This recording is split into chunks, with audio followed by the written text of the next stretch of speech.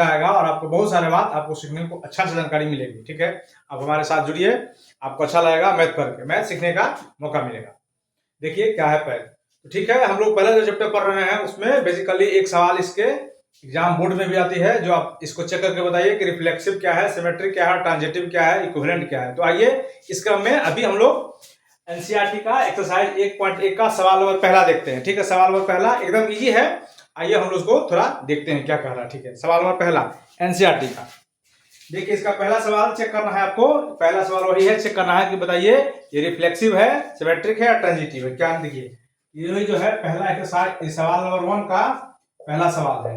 ठीक, देखिए ये जो रिलेशन दिया हुआ है, कोई सेट ए है, ठीक है, उसके अंदर का जो एलिमेंट है सो 1 2 3 4 5 डॉट डॉट डॉट 14 तक है, ये सेट ए है, ऐसा है। ठीक, और रिलेशन कुछ इस तरह का डिफाइन है, आर जो रिश्ता है सो क्या है कि x से y में इस तरह का डिफाइन है। कैसे है, ये है 3x minus y equal to 4। ठीक, तो इस बात में हम लोग बेसिकली 2-3 बात सीखने जा रहे हैं, 2-3 बात हमको इसमें सीखना पड़ेगा।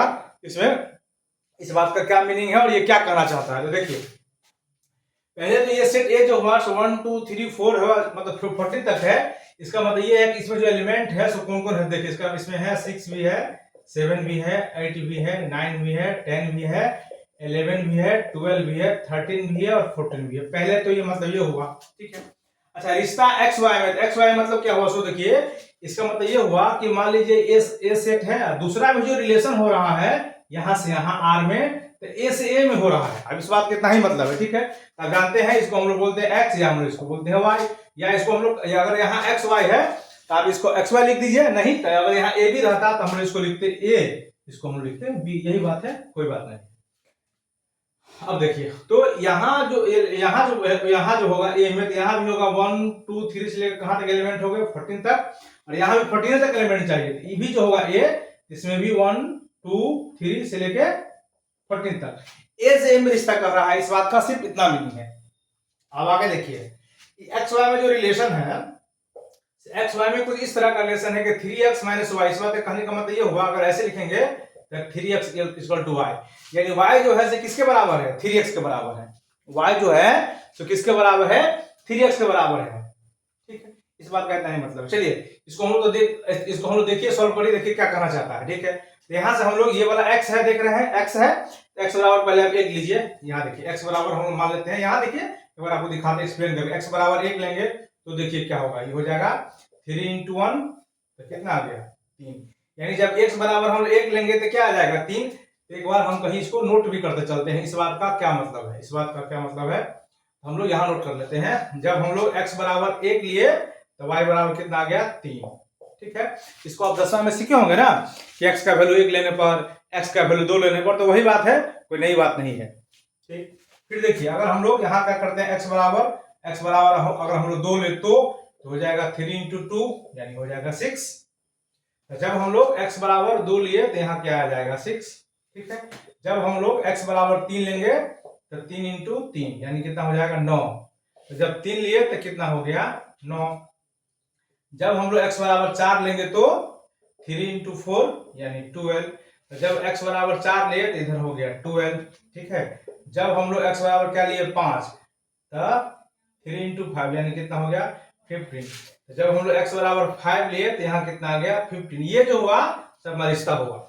लेकिन इसमें अब एक बात देख रहे होंगे कि रिश्ता जो है सब कहाँ तक है, मतलब 14 तक है, ये 14 तक है मात्र। आपको 14 से ज्यादा जाना नहीं है तो ये रिश्ता नहीं होगा। ये जो 5 पद देख रहे हैं ये होगा ही नहीं, ये इतना ही होगा। यानी ये जो रिश्ता डिफाइन कर रहा है सो इस तरह का रिश्ता डिफाइन कर रहा है, ये इतना कह रहा है।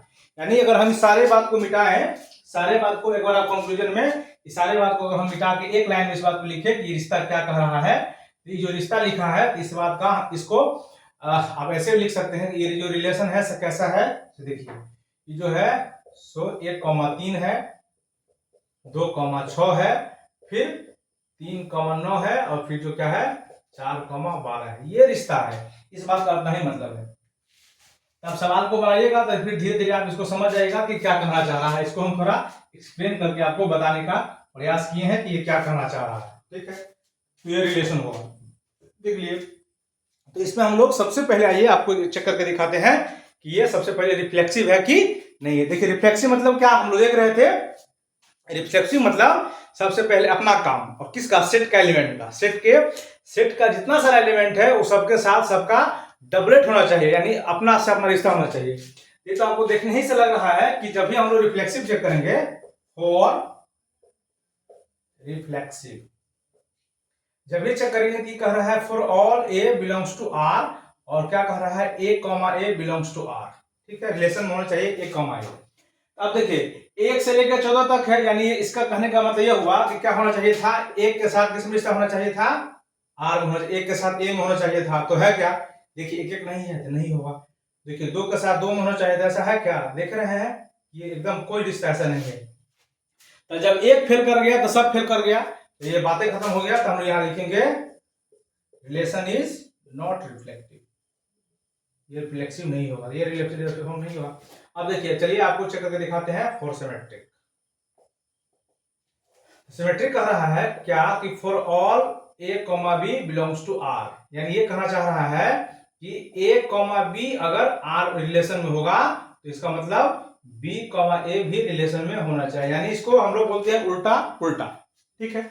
आप पिछला वाला वीडियो देखे होंगे। तो देखिए ए कॉमा 2, तो अगर हम लोग इसको लेते हैं, या आप देखिए ए कॉमा 3 लीजिए, ए कॉमा 3 आर में है, तो हम लोग कहेंगे आर में है, तो इसके हिसाब से 3 कॉमा 1 भी आर में होना चाहिए। अब देख लीजिए अगर 1 कॉमा 3 है तो इसके हिसाब से इसका उल्टा भी होना चाहिए, यानी 3 कॉमा 1 भी होना चाहिए। तो क्या आपको देखिए ये रिश्ता है, यहाँ आपको रिश्ता देखिए, क्या इसमें आपको 3 कॉमा 1 दिखाई दे रहा है, बोले नहीं यहाँ 3 कॉमा 1 नहीं है, तो यहाँ सीधे आप लिखिए क्या कि R is not symmetric, symmetric भी नहीं है, ठीक है।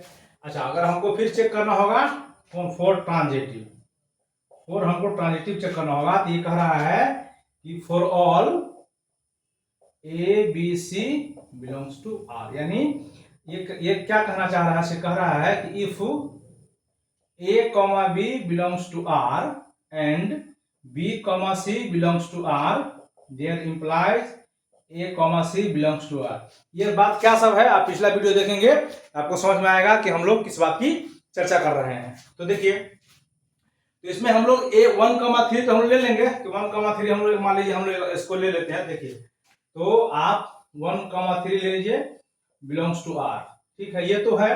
एंड देखिए फिर इसका जब बी कॉमा सी लेते हैं मान लीजिए, तो बी कॉमा सी देखिए, तब इसका बी कॉमा सी, हाँ देखिए 1,3 है, ठीक है, देखिए 1,3 यहाँ से ले लिए, तो इसको हम लोग ले सकते हैं क्या बी कॉमा सी, तो इसको लीजिए आप क्या, इसको यहाँ से ले लीजिए आप क्या 3,9, ठीक, ये तो है, बिल्कुल है।